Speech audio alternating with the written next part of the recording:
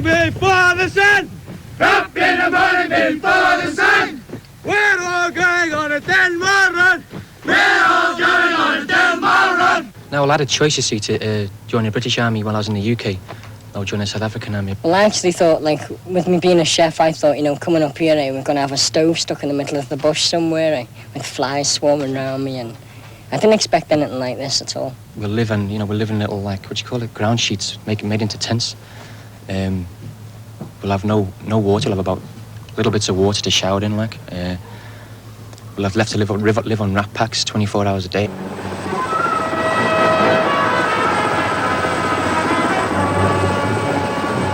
The war along the northern fringes of Southwest Africa, adjacent to Angola, is well into its second decade. And while it remains at a relatively low level of intensity at present, it has taken some curious and fairly dramatic turns in the past.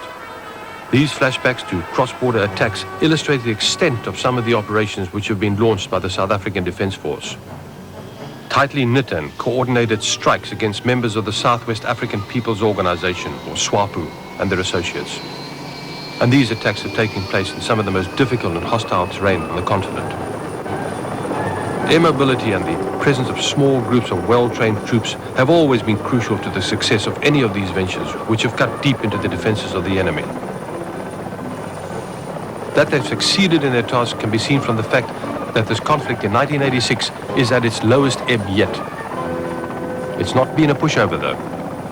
Almost every raid has taken its toll of lives.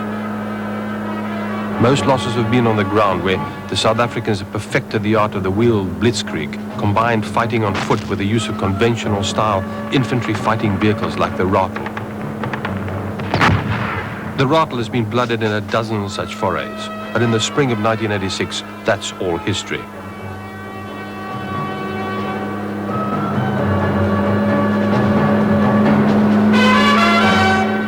My honest opinion is that SWAPO's military effectiveness is now going into a downhill because of their rear headquarters so far away from the fronts.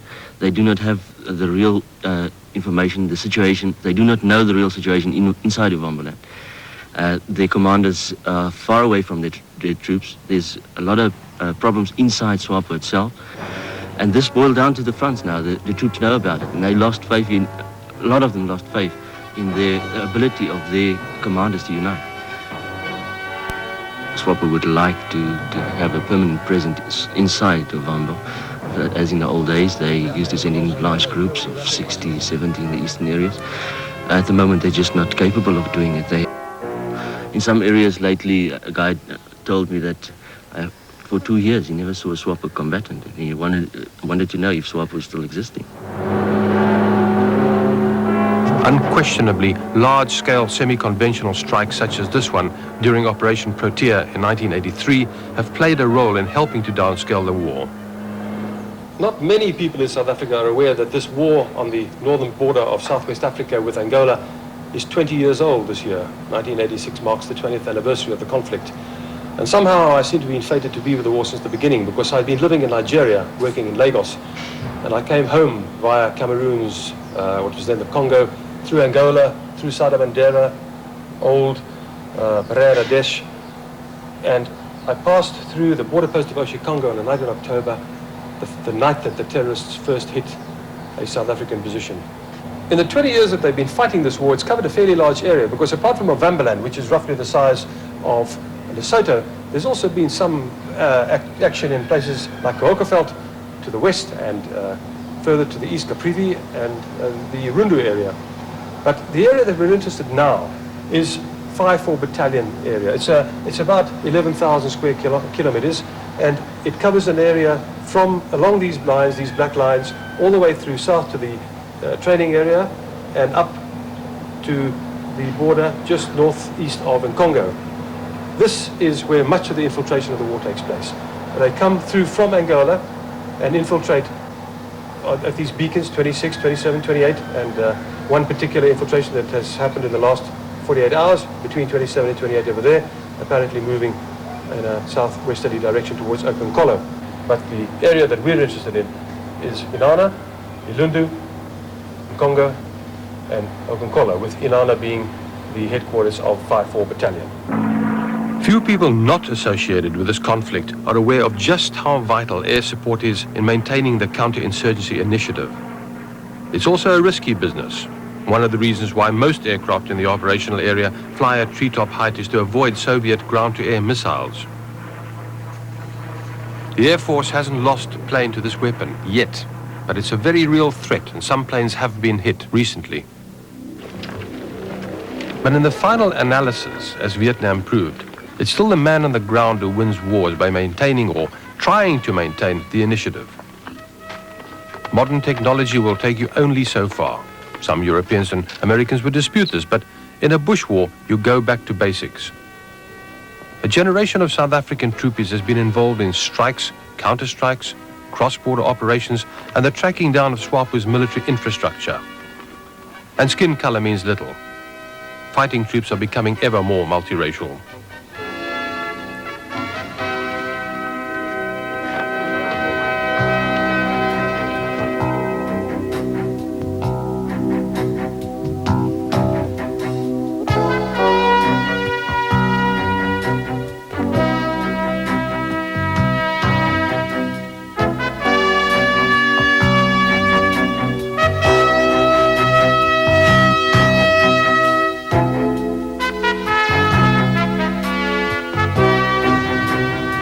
Troopies who make up this force are almost all national servicemen doing their 2 years compulsory military service.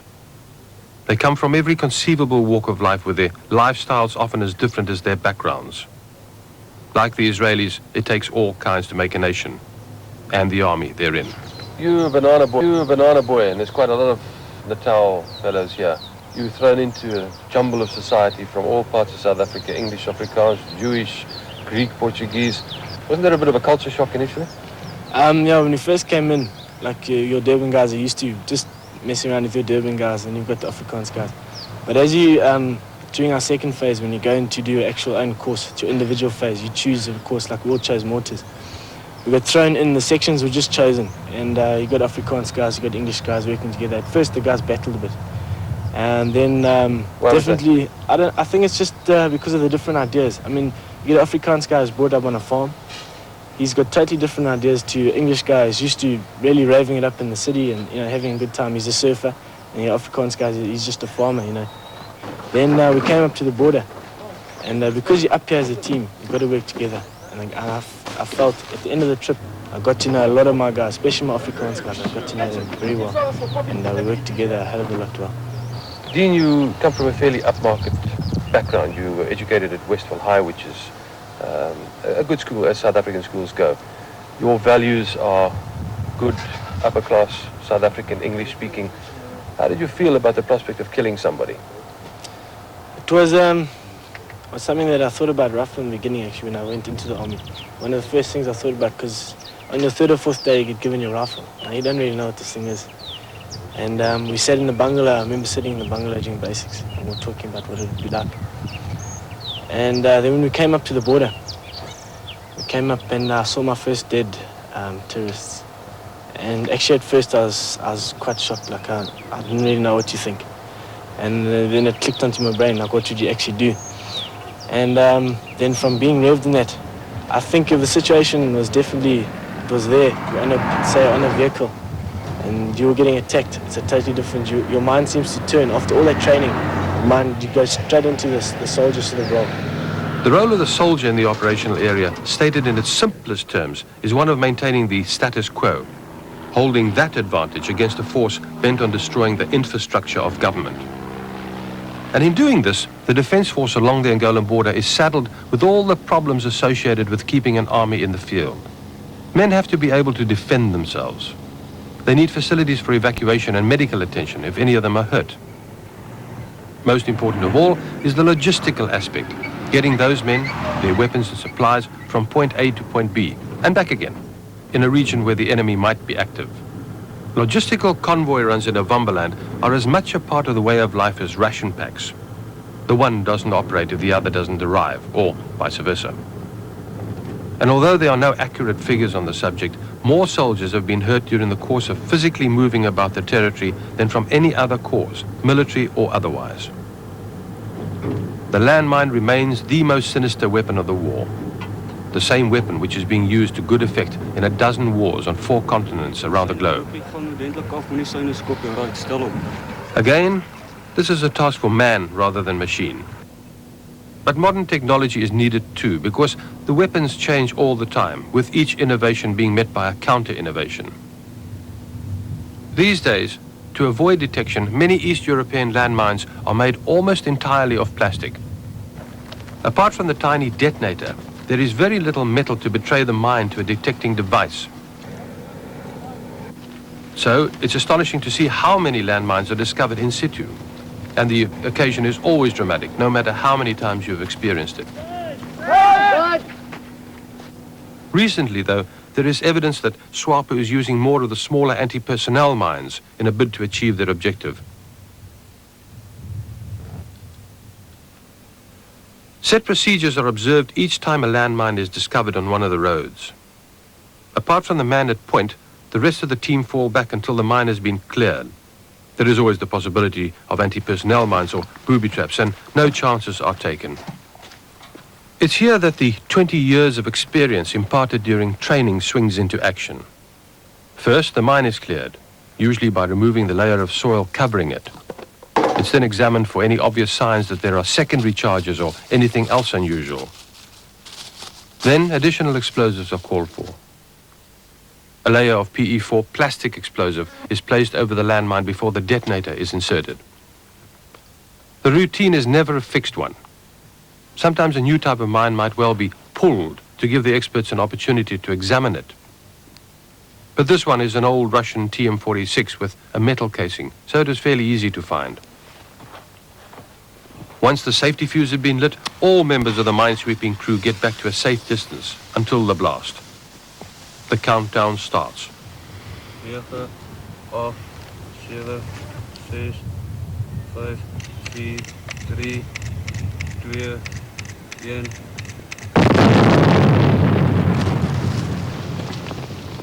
Occasionally, though, the mine isn't found, and then it claims its victims. Sometimes the victims are only vehicles. Other times the casualties are men, but normally the toll is light because of the protection offered by mine-protected troop carriers like the Buffel or the Casper. If one had to take cognizance of all the claims put out by SWAPO in the last 20 years, then it is estimated that they must have shot down at least 1,000 South African helicopters, killed about 100,000 or 120,000 South African troops, and goodness knows how many jets, at least as many as about 4 or 5 times the number we've ever had. But of course, that's the way this war is being fought, because it's essentially one of a propaganda nature. During the course of this 20-year-old conflict, South Africa has been obliged to perfect techniques with regard to evacuating the wounded, no matter what the circumstances or the intensity of the specific contact. South Africa is generally regarded, along with Israel, as a world leader in the field of treating battle casualties. Fortunately, the conflict in Avambaland is not spread over too vast an area, and reaction time can be measured in terms of minutes rather than hours.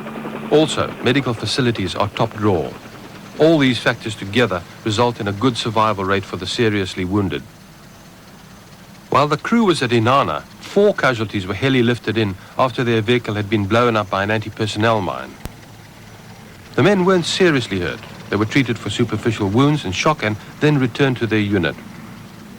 It's ironic that they were traveling across the same road that we used to reach the convoy, which we filmed. Well, I was on the way back from the pub, on the way back to my tent, and all of a sudden I just heard gunfire coming from one of the bunkers, and all the lights went out in the camp, so obviously we went straight for the walls and just lay down there, got ourselves into the ready position, and fire just started coming from other bushes. The bunkers were given instructions to shoot, and then everyone on the walls just started mowing the bush down.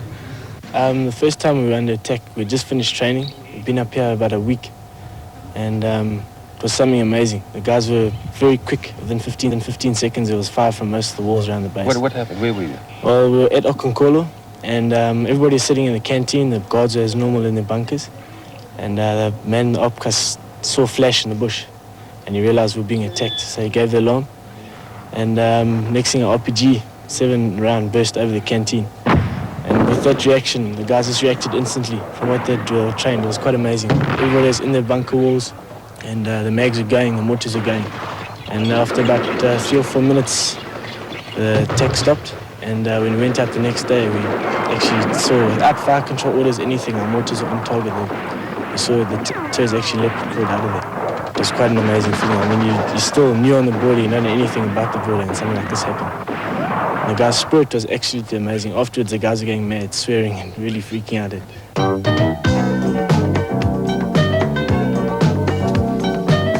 War may be hell as the cliche has it, but there's always a lighter side too. And in Novemberland, graffiti writers are as prolific as they are elsewhere.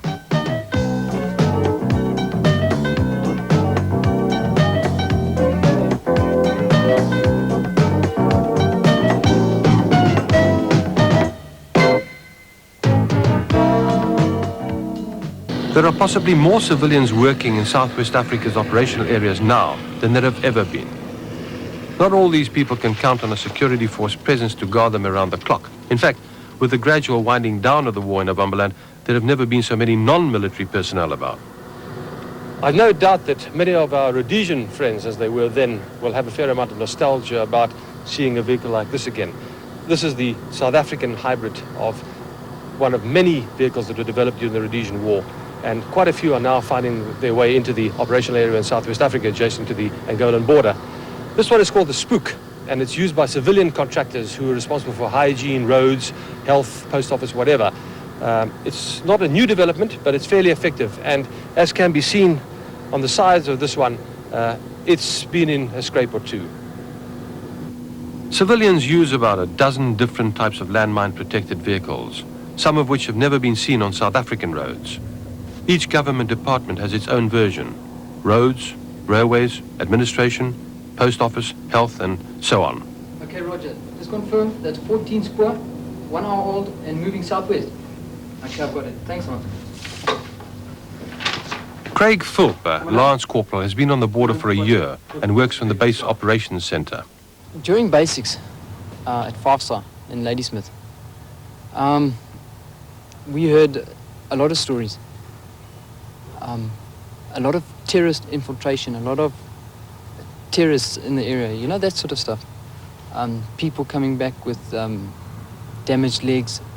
So I expected to come into a war, a physical war, where every day you'd be going out into the bush, approaching these terrorists and having this hand-to-hand conflict, you know. We have a follow-up spoor report from this morning's spoor of the 14 tours that have just come over the kaplyn.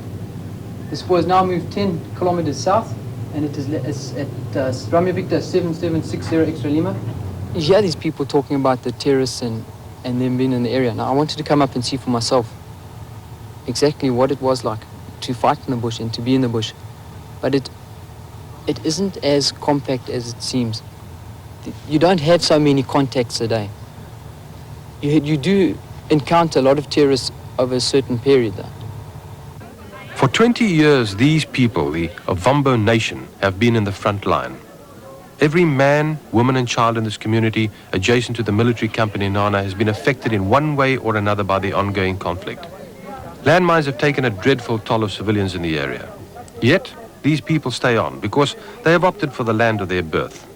All of them have had first-hand experience of the political choices offered by both adversaries, and though some will tell you that they prefer a black government to white, they've made no effort to side openly with SWAPO. I think the hardest time up in the bush is that first month from Civvy Street, you know. Then once you've been here that first month and you start getting into the routine of things, then it's all right. The camp here itself, in Honor, I'd say it's one of the most well-equipped camps on the border. I mean, we have a swimming pool. There is TV available. There's canteen here, and they sell the luxuries of Civvy Street. You know, like tex bars and caravans, that sort of stuff. Chips in it. Come on, man! The worst thing about Inana camp itself, the RSM. Life in Inanna hardly provides the comforts of home. This is the camp, incidentally, that the BBC World Service reported SWAPO had claimed to have destroyed with the loss of 66 South African lives in July this year. It said the camp commandant had also been killed. The men are given only the essentials they need to complete the 6-month tour. And then, much of the period on the border is spent patrolling the bush.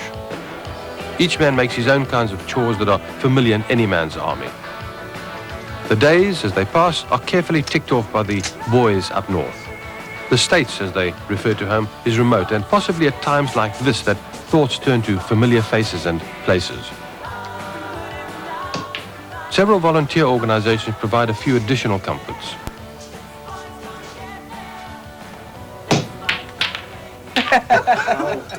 As a scout, Yeah. you must have had quite a bit of culture shock coming up from England into the army, onto the operational area. Onto the border itself. My folks, they were a bit surprised. My stepfather, he's quite happy for me because he says it's, at least you'll get it over and done with. My mother, she was very, heart sore, but to see a little son going, well, a middle-aged son going to the border, My father, not so much, but my mother was a bit alarmed. There's a little boy going off to the border there shooting terrorists and all that. Meanwhile, it's nothing like that, really. I think they actually make a big thing about it when there's nothing really big about it at all. You say your father wasn't so alarmed. Why was that? He was glad I went because he thought I was a bit of a freak. Because I had my ears pierced and all that. My hair was long and I used to dye it different colours and that. Punkish? Yeah, you could call it that anyway. And my old man thought, ain't great, it's going to make a man out of him. But you didn't think you were going to be on the border fighting a war? No. It was okay, it was a big shock to me when I found out I would have had to go into the army, but then I volunteered because I wanted to get it done young, and when I came to the army I was only 17, and when I leave the army I'll only be 19. Most of my family's already moved out of Mozambique and they've moved back to Portugal. Luckily we left about 15 years ago, came here about when I was about 5 years old, and my father started his business here. And from then on I've been a South African citizen. From about when I was 12 years old I became a South African citizen already, and I came up here. Now you're going to be spending a year of your life on the border. Don't you think you're wasting it? Some people say that you'll be wasting your time? Not at all. It gives you an opportunity to sit down and think what you're doing with your life. It gives you a break in your life before you make any rash decisions. And I asked to come to the border for the reason that I want to have experience, okay? I really didn't expect them to have a gym as what they have here. This is equivalent to a civvy gym. Let me give you an example, the commandant, the major, the RSM, they're all getting stuck in here, getting fit, losing weight, getting fit, ready for the bush. The same with the troopies. The gym is packed at night, 30 to 40 guys a night. The food here, it's excellent. I mean, the food here in the bush is far better than the food that I ever received in boarding school, And under the circumstances that these guys are cooking in, I must just hand it to them. I mean, right through the week, a person is set different tasks. And we do have a siesta here, so we work up until siesta. We take off for about an hour, and then return back to our tasks, get them finished, and the evening is closed by cast iron on the walls. Everyone just comes and sits while the sun goes down. And then it's either television or the videos, or time spent in the local bar.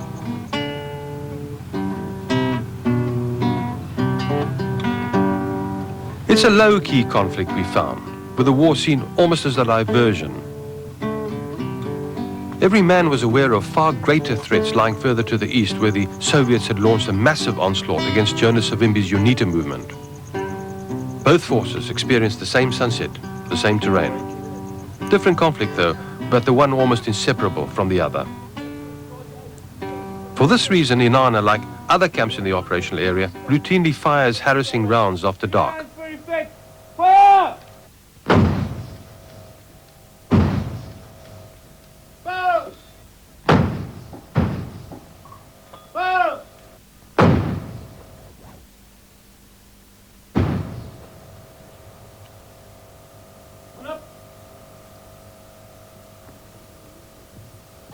In the operational area, coffee makes the world go round for those whose routine starts at the first hint of light in the eastern sky.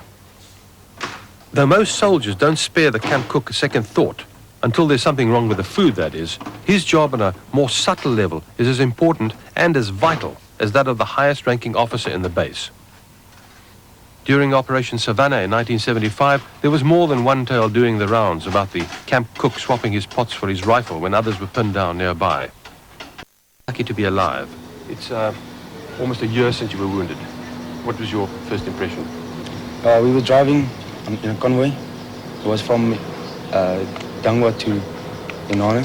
It was on the Tolly Road. I was driving at a speed of 40 kilometers per hour. So what happened is we got a bit lost. We were riding too fast. So we were too more in front of the convoy. So the two line in command of the Buffalo said, Charlie, let's slow down. So we were slowing down. So we were catching up a little bit. And as we were slowing down, we were at 10 km per hour. And we just hear this noise. And we didn't know what was going on. What was it? It was heat stream. So you were actually ambushed? Yeah, we were actually ambushed, yeah. We were ambushed, but about 21 tours ambushed us. And I was just feeling this like hot putty, you know, like someone throwing me hot putty something on my legs. So my legs were like, from a shockwave. So I was looking down and I thought to myself, yes, what's going on? Because you don't know how much, you don't know where you got holes in, you know what I mean? It came through on the floorboard about 5 centimeters high. It could have missed there, but it didn't miss. It came through and went through between my legs. As I looked down, I was looking up to my friend because I couldn't believe it. It was unbelievable. Eh? You always think things happen to other people, so I was looking up to my friend and I saw the blood in his face. So then I knew this is for real, you know. But that time we were already past the ambush for about 150 meters, and the rest of the guys, they fired with their R4s. They were a bit democratic, but they maintained. Africa's always been interested in the war in Abombaland, and especially today. And 1986 has brought a new development with this camouflage uniform, which is not unlike many camouflage uniforms that one sees around the world today, but excepting that this one is made in Kenya. It's neat, it's tidy, and on the label it says here, Manchester, made in Kenya. Perhaps a departure, and perhaps indicative of the fact that Africa might be producing more of the sort of goods that guerrilla armies need, sort of things that they formerly got from Eastern Europe. There's a curious difference with the camouflage uniform in that at fairly irregular intervals there are little holes all over the place. And we were baffled at first until we discovered that these holes were intended for ventilation, perspiration. The material being of a nylon nature, they must be terribly uncomfortable in this heat. And I think as the guys first come up here, it's very different. Like you get your first rat pack, and you actually don't know what that thing is. Because you don't know, you got to exist off this, and like it just looks like a bunch of plastic, packet stuff. Out in the bush, life is not all that different to camp, except that you carry all your needs with you, including early morning coffee. And here too, it's the most important drink of the day. On a long haul, close on the trail of a group of insurgents, it's often the last hot drink before nightfall, underscoring the basic nature of life in the bush in an area where the enemy might be present. These men take adversity lightly. They're tough and they're used to it. We joined them on their 13th day out, and the change of routine pleased them. There's not much entertainment on patrol. Rifleman Craig Bartlett finishes with the army in 4 months. He'll have completed his 2 years by then. For most of this time, he's been on the border. He's also the medic with this unit that we're with. Originally, he was an apprentice electrician. When he finishes here, he intends to go back to that trade. That's in Van der Bijl Park, although he grew up in Boksburg and went to school in Alberton. I asked him, have you ever had an experience of a casevac? We've had one before, yes. Where was this? It was further down on the last border trip we were on. And what happened? We had one patient that was quite badly injured. Other one wasn't too badly injured. Once we had done the necessary treatment on him, the life-saving treatment, and we did put drips in, stop the bleeding, basic ABC, just to keep him alive till the doctors could take over. And were you successful? Yeah, we were successful. The one patient, it was quite a while before he recovered, but we were successful in our task. For the first 2 months, I was thinking about a lot of things. I couldn't get the thought of what happened out of my mind. You know what I mean? So I was lying there for 2.5 months, and actually I couldn't walk actually by that time because I was so full of stitches, and you know what I mean. And for the whole time I was lying there, I was it's funny because if you're here, you think home, and if you're there, you think back to the army and your friends. So I was lying there, and I just want to come back, and I was actually making them more because I want to come back all the time. But the treatment we got there was very good, and the people was very good as well. So I got back here, and I enjoyed it with my friends. To go out and patrol, it's a person who actually looks forward to that time. I mean, we go out into the bush, patrol the area. I mean, when you patrol the area, I mean, when you're out there, you're your own boss, you know. So it's good to get out, and the guys enjoy the patrols itself. The first tour I saw, he was not more than 14 years old, and he was a dead one at that. And that shocked me, because these guys are fighting against an army that's well equipped. I mean, the South African Defence Force, that is. Now, these guys, they carry homemade webbing. All their webbing is homemade. The camo that they wear is just, it's collected, bits and pieces. And the weapons that they carry, they aren't 100%, you know. Mostly the AK-47. But the condition that they're in, they're full of sand and that sort of, you know. And the ammunition is rare. During the infiltration periods, parts of a Vumberland sometimes resemble a swamp. It's then that this sad land can look quite spectacularly beautiful from a passing chopper. The contradictions associated with the Vumber's War are largely dictated by the seasons. During winter, there's not enough water to allow for the movement of large numbers of insurgents through sparsely inhabited areas. The locals have little water in their own areas, and food is often short. Consequently, SWAPO has built up a fairly reliable pattern over the past decade or so of preparing for the major invasions of Southwest Africa during winter and infiltrating southwards with the first rains. Then they also have the advantage that the rain makes follow-ups difficult for the security forces. The wet season is not necessarily an unpleasant period. It never gets really cold, and the bush is serene and often beautiful in its naturalness. But the war doesn't go away. So nobody takes chances. There's always the possibility of a contact, and troops adapt to the evening light by applying camouflage cream, appropriately named by its manufacturer, Black is Beautiful. SWAPO also indulges in graffiti. An udder on a cow indicates water is available, and an extra tail food, a buffalo troop carrier. This is a SWAPO combatant lying in ambush alongside an RPD machine gun, an enemy jet, an AK. Patrols of this nature can be tiring. It's heavy going in the sand, almost like a desert. But a good team like this one can average 30 kilometers a day, and they do, usually in the early part of the day and towards evening, as it is now. Life on the hoof during a routine patrol can be tough. Some youngsters are just not cut out for hostilities and often cannot take the pace or the threat of possible action. Then these men are often relegated to duties back at base. But for the average troopie, this is the excitement, the break from routine that Corporal Craig Phillips spoke about earlier. To some, it's the stuff around which a good yarn is often spun.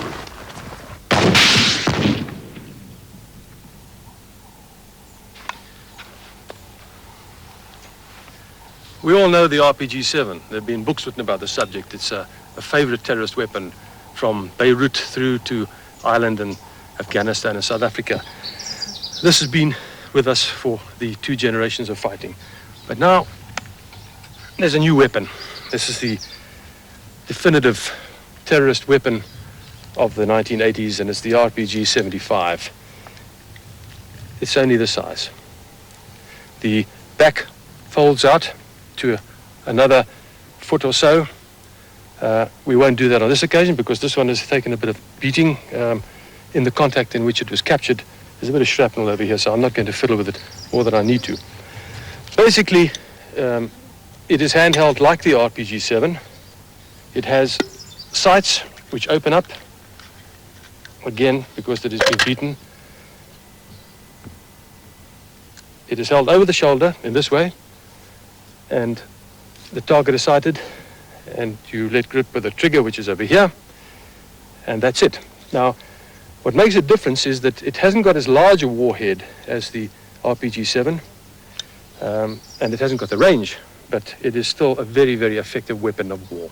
The documents, one of the little documents that we found inside here is a small piece of plastic, and on the paper, on the Russian instruction sheet, it stated there that there was a date stamp of December 1977. So obviously it's been in development a long time, or maybe these are prototypes. What is very important and quite significant as far as we in Southern Africa are concerned is that the only other place where this weapon has been deployed is Afghanistan.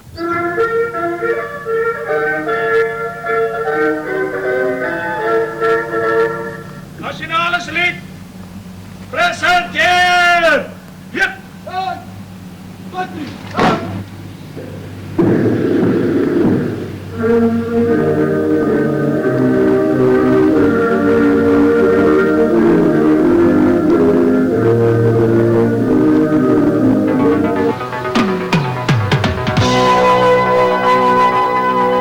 Oshakati remains the center point of the war, controlling all operations in the region, as well as some of those a little further afield. It seems that Oshakati town has always been a place of interest for the military. It was first an administrative center in the 50s and was then composed of not much more than a few buildings, some shops, a police station where I stayed the night once en route to Angola, and a garage. And the schools, teaching the new generation of Ovambo who will take the nation into the 21st century. Markets such as this one are no different from markets in 30 or 40 African towns and cities to the north. They are not particularly hygienic, but they serve their purpose and form a daily focal point of domestic activity for the locals. Unlike some other parts of southern Africa, Ovambo is reasonably prosperous. There has been a huge infusion of development capital into the region by the Windhoek administration.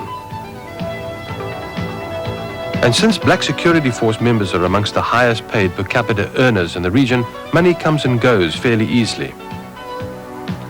South of Lusaka, there's probably no town with as many bars, bordellos, African shops and restaurants as Oshakati. And most of them are well frequented by locals, underscoring the fact that there are at least 3 self-made millionaires in the town, all of them black. Okay, we're all going off today to Ondangwa to fetch the log convoy. Look at the faces of these youngsters, and you will see the average South African soldier. Many left school a year ago. With training, they've become tough and reasonably dedicated combatants. Many of these men reflect traditions and sometimes the tenacity that saw thousands of Springboks through 2 great wars this century. These are their successors, a new genre of South African fighting.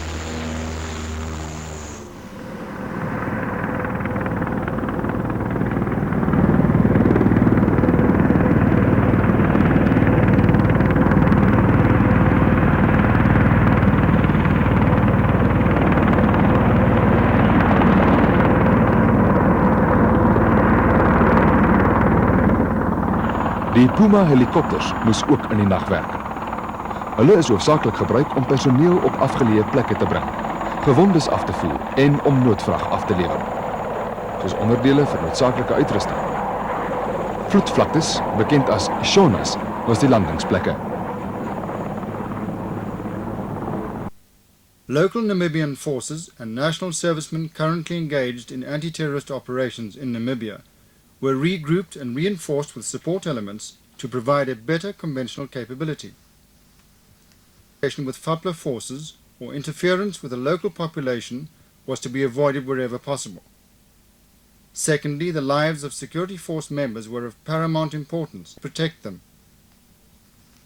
The forces used consisted of a tactical headquarters with 2 lightly armed task forces under command. Task Force Alpha consisted of a headquarters, a tactical reserve, and 4 battle groups, of which 2 were mechanized using the Ratel infantry combat vehicle, and 2 were motorized groups using the Biffle mine-protected vehicle. These battle groups had in addition their own armored car, artillery, and other support services.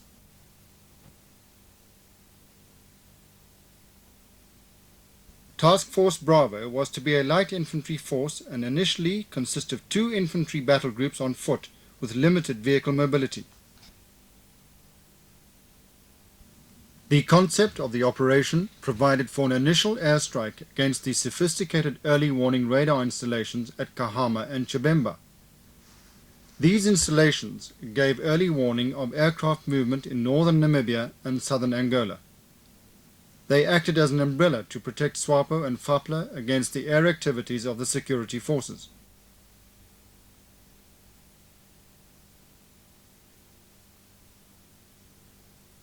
Secondly, area operations to be executed by Task Force Bravo in the eastern region with the aim of neutralizing SWAPO regional headquarters and attachments.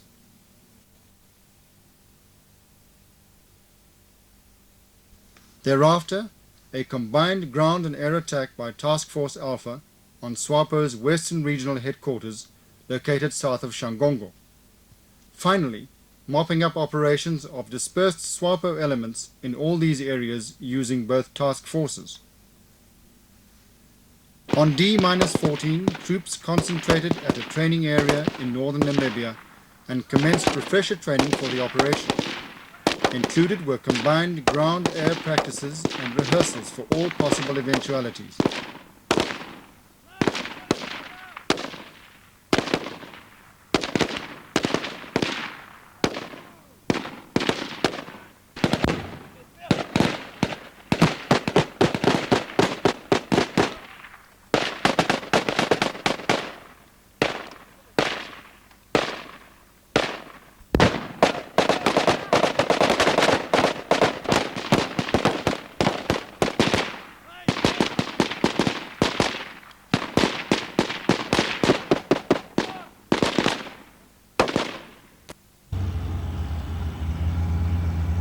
On D-4, battle groups of Task Force Alpha deployed to forward assembly areas closer to their objectives.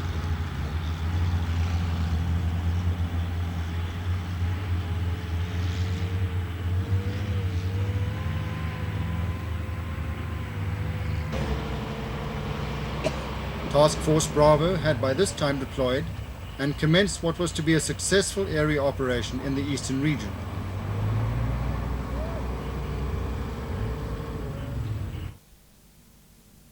While the task forces were preparing their ground troops for the operation, the South African Air Force was assembling a composite force at a forward airfield in northern Namibia. This force consisted of helicopters, fighter interceptors and ground strike aircraft.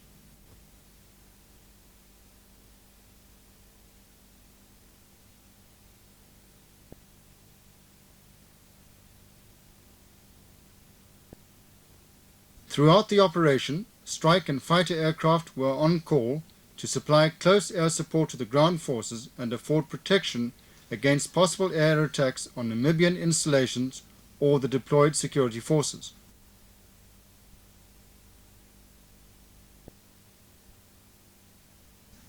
On D-1, Air Force strike and fighter aircraft made 2 attacks on autonomous Air Force targets.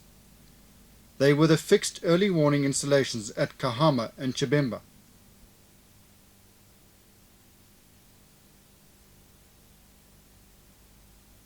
At Kahama, 1 Barlock radar was completely destroyed and the remaining installations damaged by shrapnel. At Chibemba, a flat-faced radar received a direct hit and all other installations were damaged.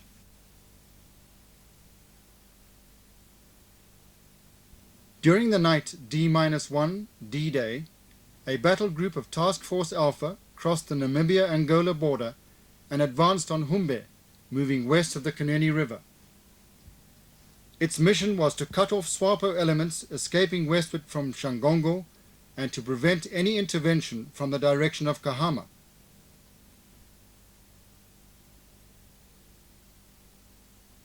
During the early hours of D-Day, 24th August, the remainder of Task Force Alpha crossed the border and advanced towards Shangongo, using 2 cross-country routes east of the Kuneni River. 2 days prior to this, pamphlets had been airdropped over towns and FAPLA bases in the area, urging the local population to keep out of the way, and FAPLA not to intervene since security forces' attacks were aimed only at SWAPO.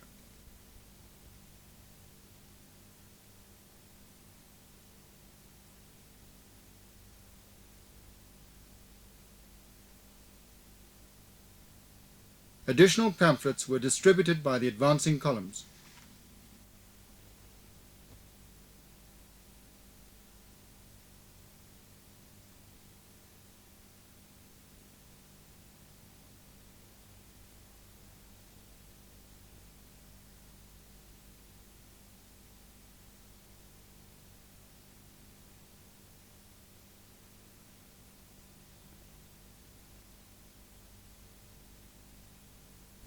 The message had obviously got through. Operational plans had provided for one battle group between Shangongo and Piu Piu to cut off SWAPO's northward escape and prevent interference from Piu Piu. One battle group to directly attack SWAPO positions south of Shangongo. A third battle group to secure Shangongo town itself should the local Fapla forces intervene. A reserve force to act as a blocking force against interference from Mongua. A preliminary air attack of the SWAPO positions was also allowed for. HR was 1200 Bravo when the attack against SWAPO positions commenced. During this attack by the assigned battle group, Fapla forces in the vicinity, as well as Fapla forces from Shangongo town itself, intervened.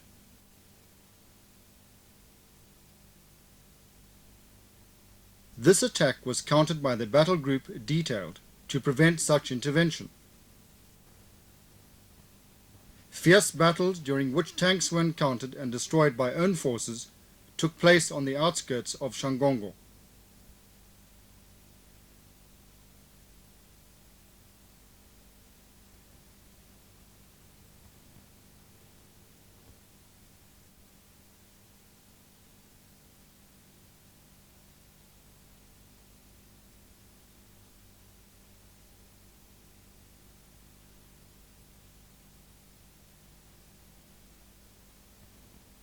Supporting air attacks succeeded in neutralizing anti-aircraft positions and other strongpoints.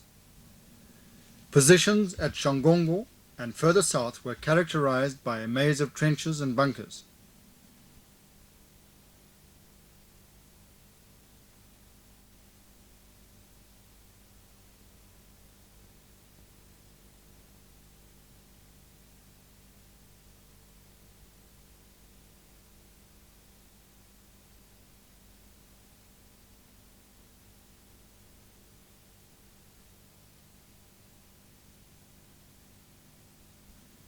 As SWAPO and Fapla forces withdrew, these bunkers and abandoned equipment were booby-trapped to delay security forces' pursuit and mopping up operations.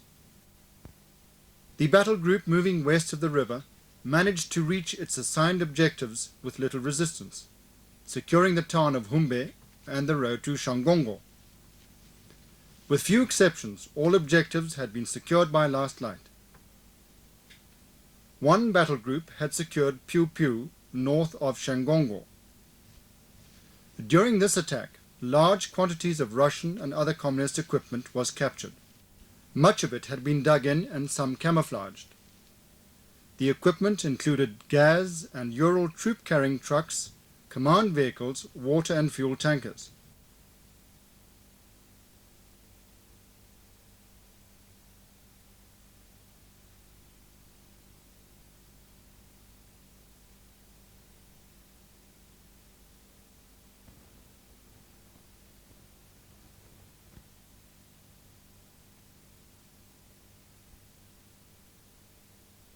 Security forces encountered T-34 tanks, of which 4 were destroyed during the battle.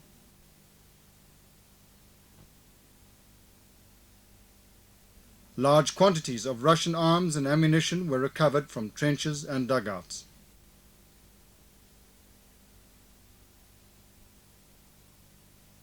At this stage, security force casualties were reported to be 3 killed and 10 wounded. SWAPO and Fapla losses were estimated to be in excess of 300 killed. Accurate figures could not be established at this stage. Despite all preventative measures taken, between 20 and 30 of the local population had been wounded in crossfire. Security forces' medical teams had treated all casualties, evacuating the more seriously wounded to Oshakati Hospital in northern Namibia. The security forces established a backloading point at Shangongo, where all captured equipment was assembled. This included an Angolan government vehicle which was found to be loaded with SWAPO supplies and ammunition.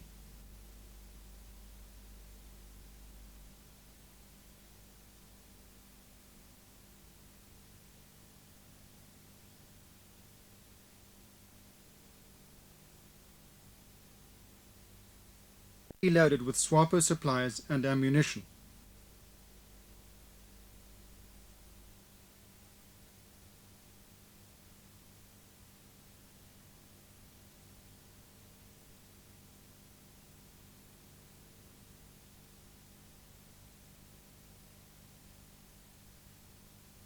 Also captured were large quantities of Russian propaganda, which was later displayed to the press.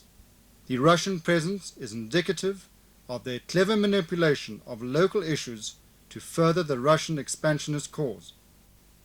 Maps drawn up using Russian notation and symbols and accurately depicting the integrated SWAPO and FAPLA defensive layout were captured. Although supplied with large quantities of vehicles, weapons and ammunition, SWAPO forces were found to be living in poor conditions. Base facilities were minimal, poorly organized, and lacked domestic conveniences of any sort. In contrast, leader elements had access to all facilities and generally led the life of the rich and self-sufficient. Their accommodation was good, and they ate and drank well. Primitive lecture facilities were found to be scattered throughout all base areas. An obvious observation post had been set up. Slogans were found to be widespread, and these clearly depict Russia's aim of manipulating the local situation to her own advantage.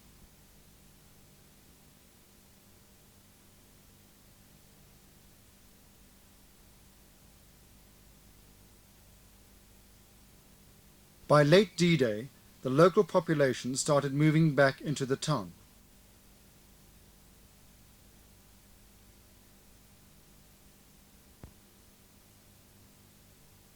To secure the withdrawal route along the tarred road, advancing elements moved towards Mongua and were engaged by FAPLA forces. It was during this engagement that a South African Air Force helicopter was shot down by anti-aircraft fire. Both the local population and FAPLA were urged to evacuate to the southwest of Ongiva. By airdropping pamphlets over the area on the night of 25th August, it was subsequently reported that Russian advisors convinced the inhabitants of the town to remain, claiming that FAPLA was capable of warding off any attack on their positions. On 26 August, Task Force Alpha withdrew towards Mongua, leaving one battle group at Shongongo. A motorized battle group was transferred to under command Task Force Bravo at this stage.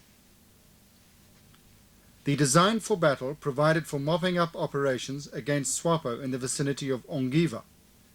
In the course of air attacks on SWAPO positions at Ongiva on the 27th August, anti-aircraft guns opened fire on security forces aircraft from known FAPLA positions.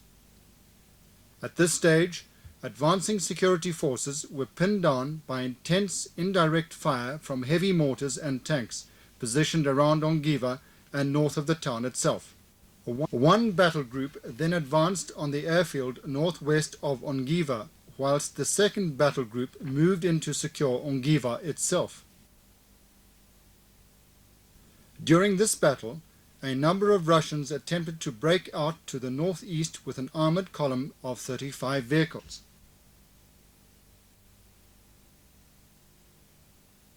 This column was blocked by a security forces company specifically deployed as a cut-off on the road south of Onhanka.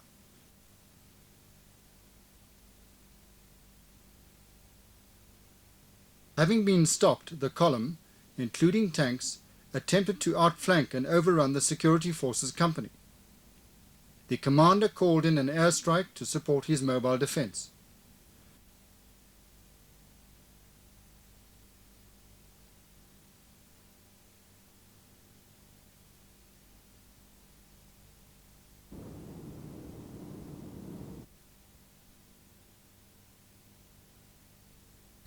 This airstrike succeeded in repelling and scattering the Russian-led armored attack, inflicting heavy casualties, which included 2 senior Russian officers and 2 women. Another Russian, Warrant Officer Nikolai Pestretsov, was captured.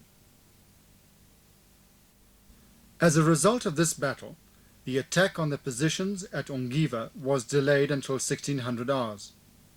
Initially, very heavy resistance was experienced at the airfield, and further airstrikes were called in to neutralize heavy mortar positions, anti-aircraft guns which were being used in a ground role, and tanks. It was soon evident that SWAPO and FAPLA had jointly constructed and occupied formidable defensive positions, including protective minefields. The Task Force Reserve was then committed north of the town and clashed with a number of T-34 tanks which were neutralized.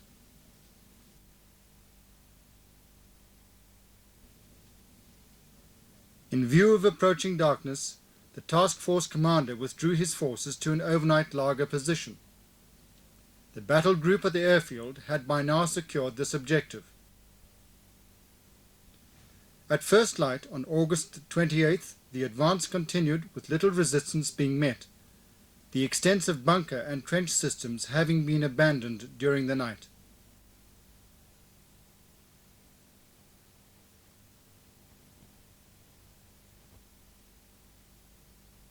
One battle group continued mopping up operations in the town and surrounding areas.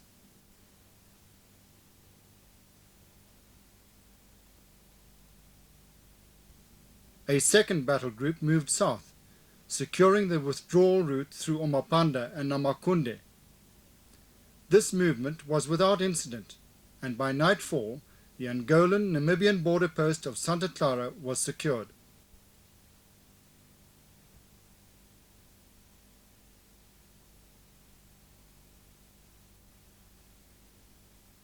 Throughout the entire operation, South African Air Force helicopters played an important role. They were used as airborne command posts for the ferrying of troops and supplies and the evacuation of casualties. Light aircraft were used for reconnaissance, radio rebroadcast, fire control, and pamphlet dropping to support the ground operations.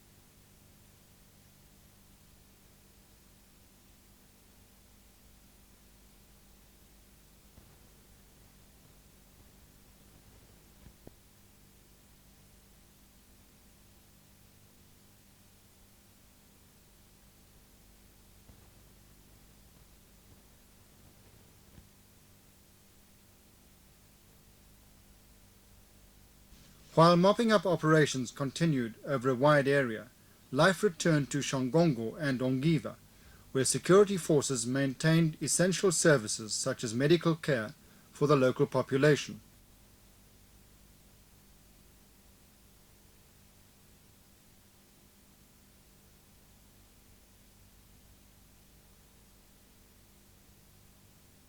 Not only were battle casualties on both sides given medical treatment, but clinics were established by security forces' medical teams for civilians.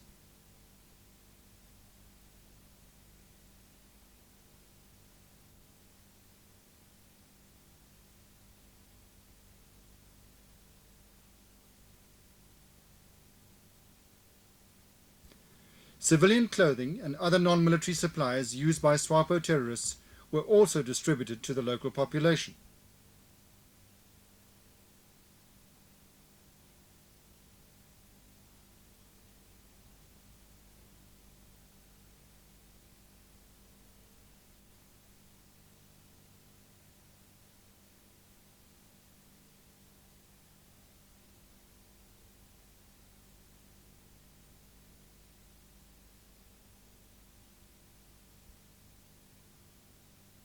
Large quantities of food supplies, hoarded by SWAPO and FAPLA, were distributed by the security forces to the Angolan civilian population.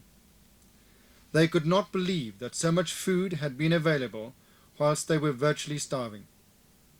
This is a clear indication that resources which could have been utilized to improve the living conditions of the Angolan people are being diverted to support the SWAPO terrorist organization.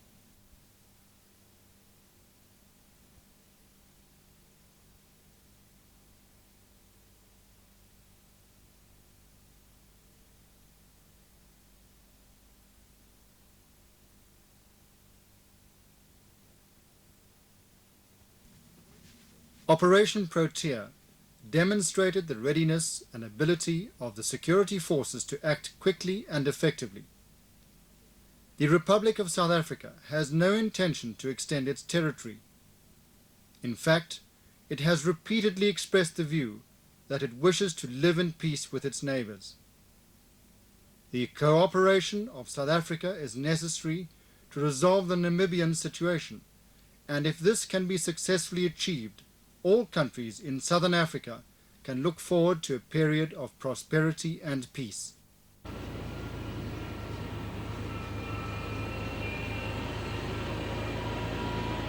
On 31st August D+7, the main body of Task Force Alpha withdrew to northern Namibia, taking with them captured vehicles, weapons and equipment, while the light infantry force, Task Force Bravo, covered the withdrawal and concluded their sweep operations in eastern and central regions before withdrawing themselves.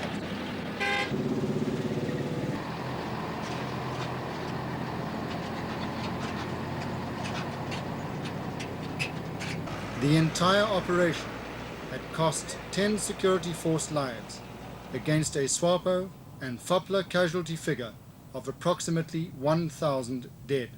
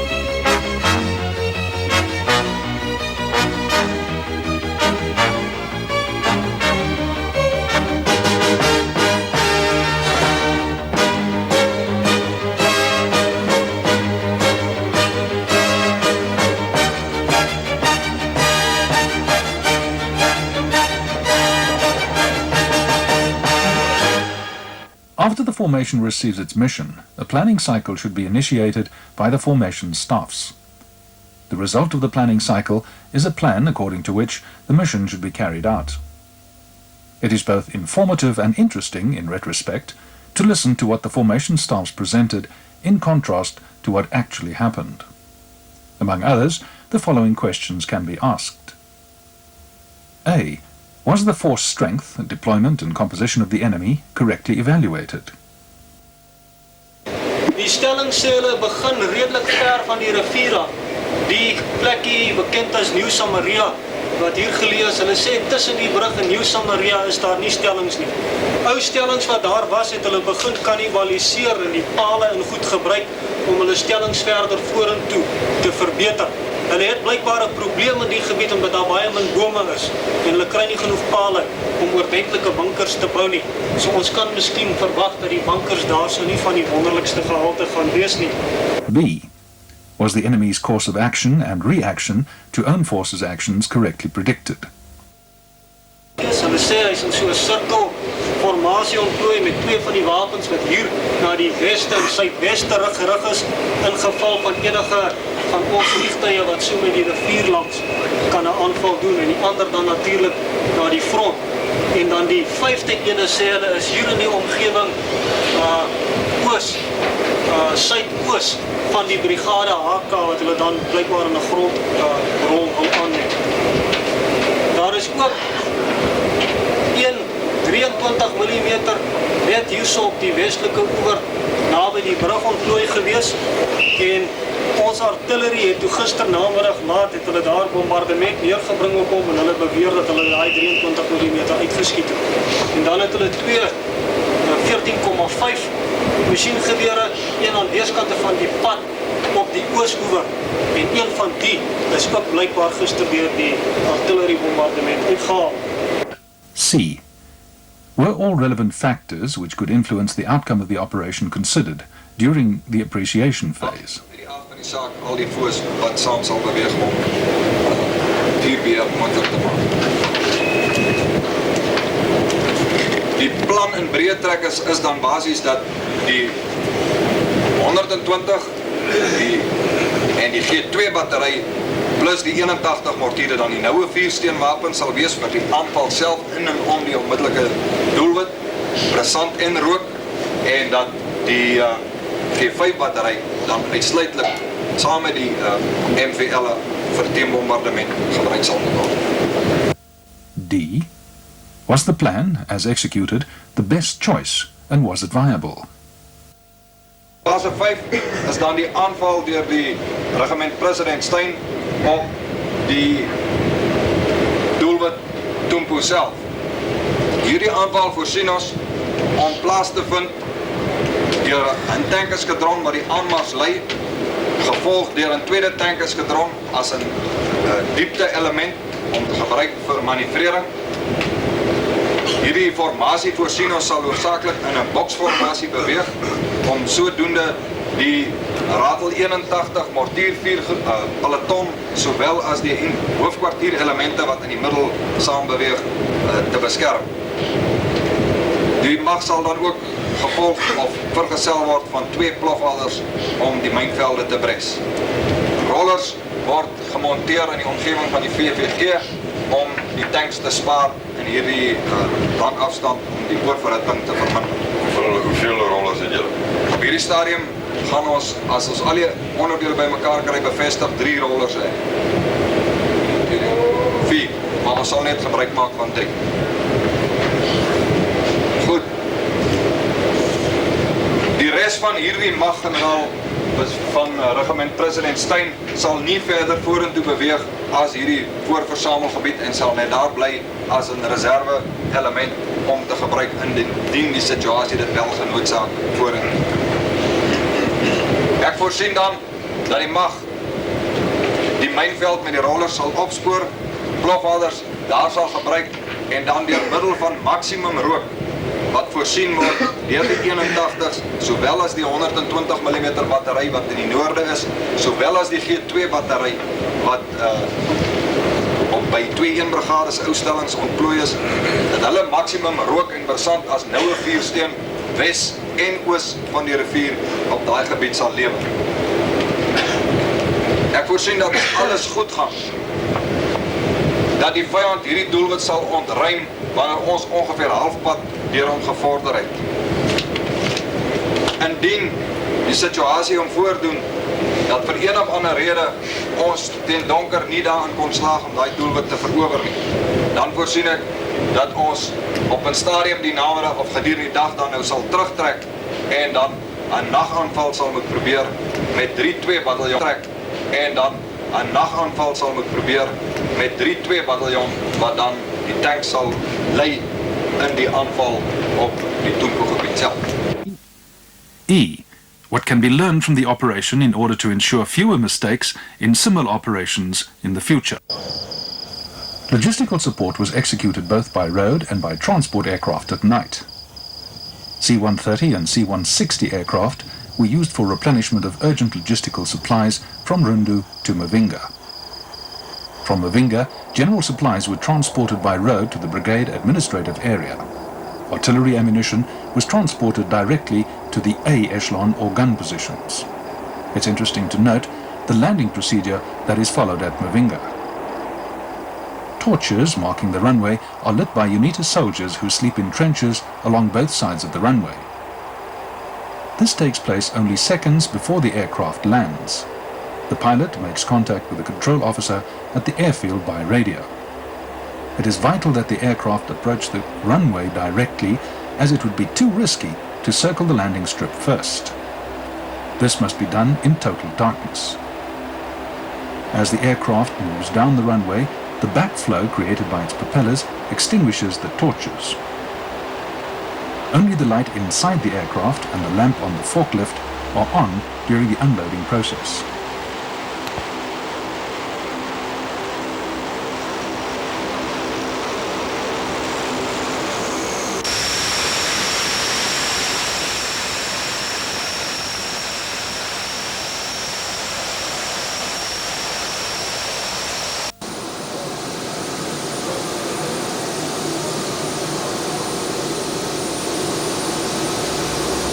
Shortly before takeoff, the torches are lit once again. As the aircraft takes off, the backflow again extinguishes the torches, leaving the airstrip in total darkness as the aircraft becomes airborne. Because the brigade administration area covers approximately 25 square kilometers, it isn't possible to show it in its entirety. Commandant Lemmer gave us an overview of the layout of the brigade administration area, its functions, and the problems encountered by the logistical elements. Among the problems pointed out were the following.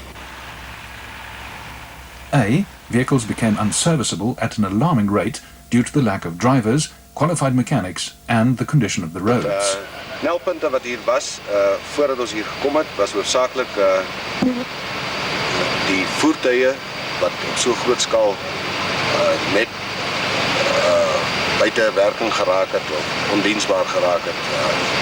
Ons skryf dit toe daaraan dat daar was te min personeel op die grond wat in die eerste plek drywers wat miskien nie altyd baie goed opgelei was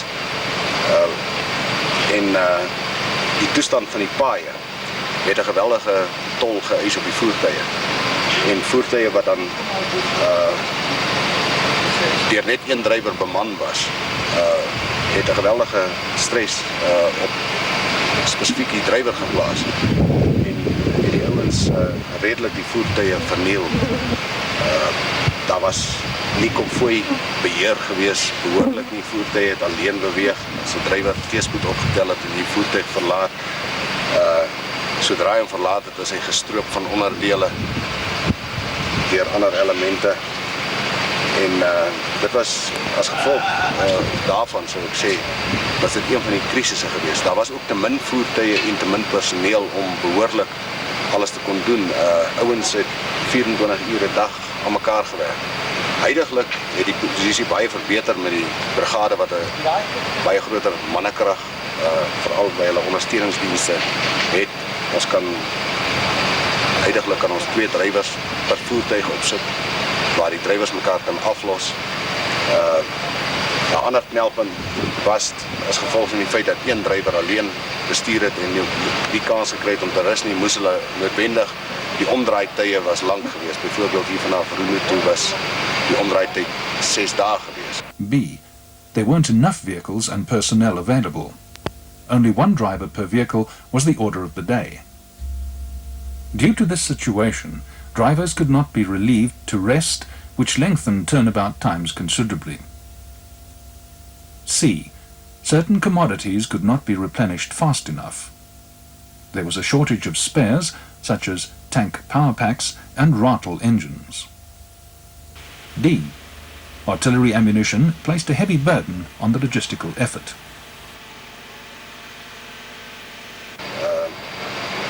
Ammunisie plaas 'n geweldige druk op ons as gevolg van die feit dat bakruimte ammunisie vat geweldig baie bakruimte, maar nie soveel missiele en het jy 'n geweldige klomp voertuie nodig net om ammunisie alleen te vervoer. Nou ons probeer nou dit oorbrug die probleem deur van die lugkop af die voertuig op wiele te hou in die brug net as 'n in transito te hou en reguit bestuur na die front en dit daar ook op wiele te hou sover as moontlik en dan die voertuie om te ry op 'n een-vir-een basis leeg vervul. En dit werk nogal redelik goed op hierdie stadium. E. Third line provision from Rundu to the brigade administration area was limited.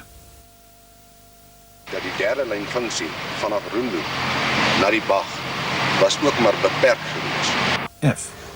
Drivers drove too fast on the roads, causing vehicle breakdowns and accidents. Commandant Lemmer also pointed out that many of the problems were either solved or reduced since the operation was taken over by their balanced formation. The reason for this is that a balanced formation is more capable to deal with the logistical problems, such as recovery of vehicles, control over equipment, and provision of ammunition, than that of a newly formed battery.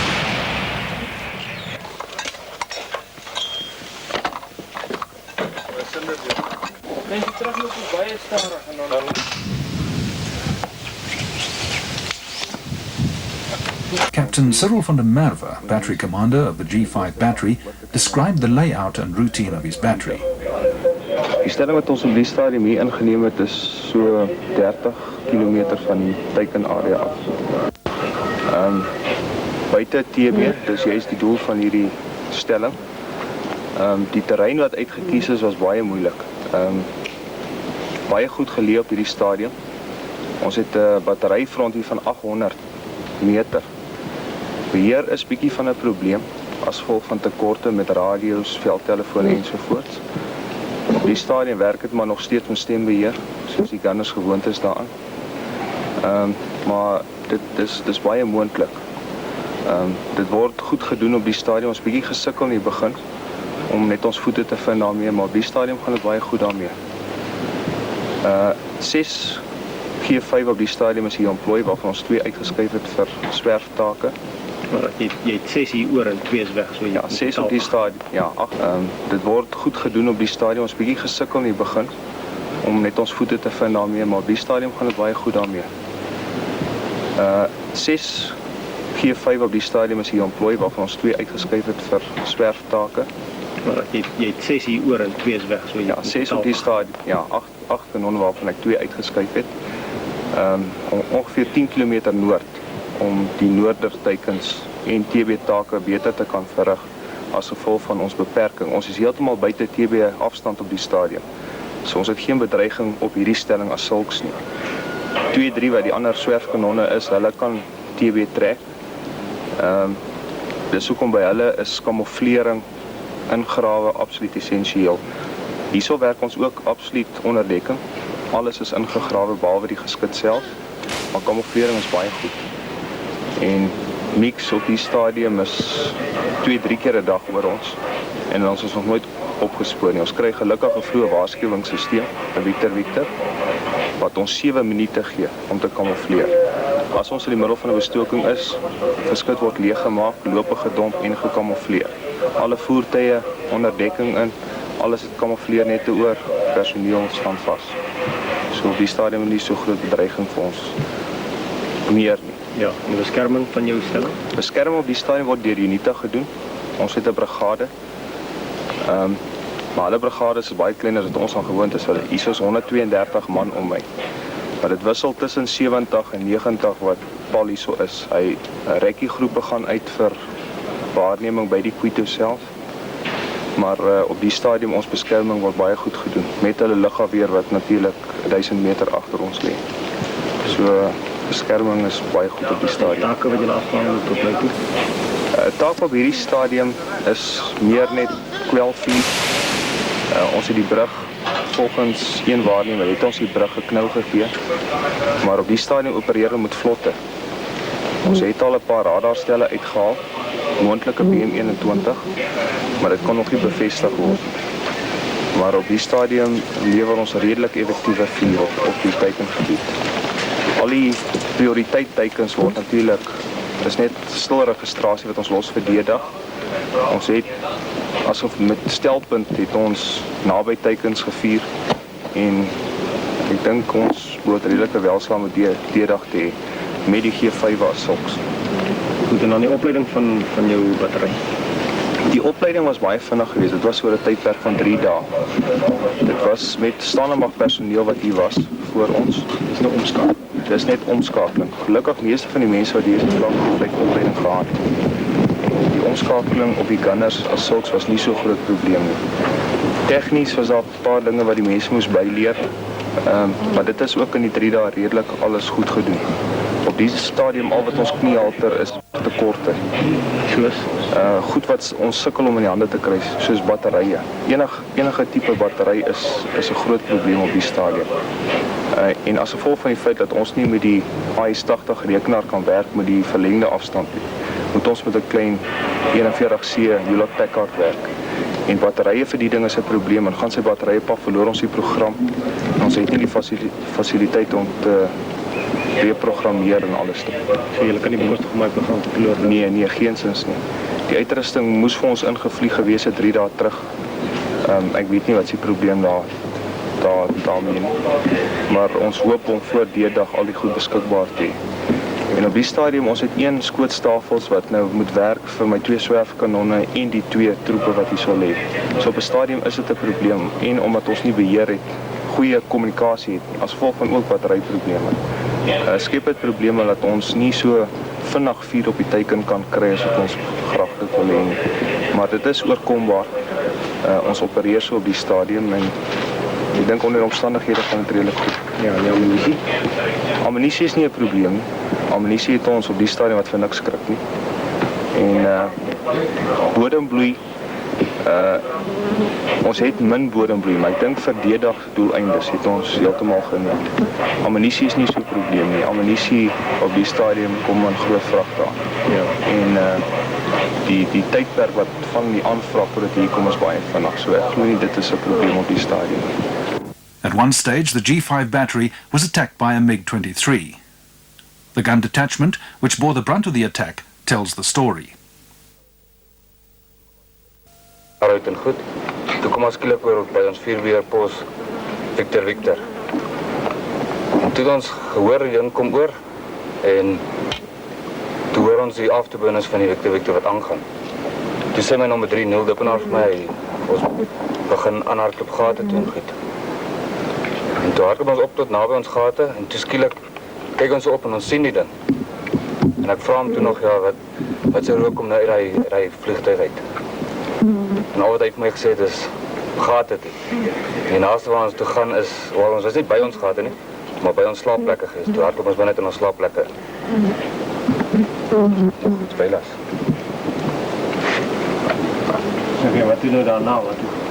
Ja, daarna natuurlijk toe ons nou, na alles nou deurgegaan het, na die, al niemand het eintlik besef die vuurpyl het geval of iets, ne? En toe, ewe skielik toe ons nog sit in ons bowies en goed, toe kom die 30 mal deur ons stelling gehardloop. Ons kon dit sien hoe hulle deurhardloop. En na alles nou toe kom almal uitgestorm en niemand besef nog daar lê 'n vuurpyl of iets, ne? En ons is nou op pad na ons gate toe en skielik sien ons hierdie ding hier voor ons. Die eerste ding wat ons maar doen is, toe skatter ons na die vuurbeerpos toe. Dis maar brand op. Nie slag nie niks. Wel, daar was 'n slag bokant ons kop wat ons heeltemal so geruk het en goed. Ja, daar was redelik baie slag gewees en daar het baie grond hierdie lug getrek. Ja. Dis heel wat stof ook gewees. Jy het nie besef eintlik wat was. Nee, maar wat sleg was kolonel op baie stadium is nie een van ons was onder oorhoofse dekking gewees nie. Almal het in gate gelê, maar dit was net seiltjies oor, dit was ontslag.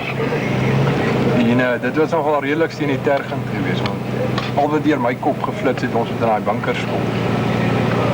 En hulle is toe almal uitstorm en hulle sien kyk vas in hierdie vuurpyl ding skielik. Dings wat so skyn steek staan in die grond. Ja, hoe ver is hy toe met die hele? Omtrent van ons bivvy af so 2 meter, 2 na 3 meter. Ja, ons het uit ons bivvies uitgekom en gehardloop na die bunker toe. En toe ons by die bunker se bek wil ingaan, toe steek hy stert omtrent so 2 meter van die bunker af, steek hy toe so uit die grond in. En al wat deur my kop geflits het is hierdie ding kan dalk 'n delay op het. Iemand skree toe ons moet wegkom en ons almal kies koers. Party ouens het na Junie toe gehardloop, ander ouens het Vierweerpos toe gehardloop. Almal het net weggehardloop. On D-1, the battle group, which would act as the main attacking force, moved from the training area to the assembly area.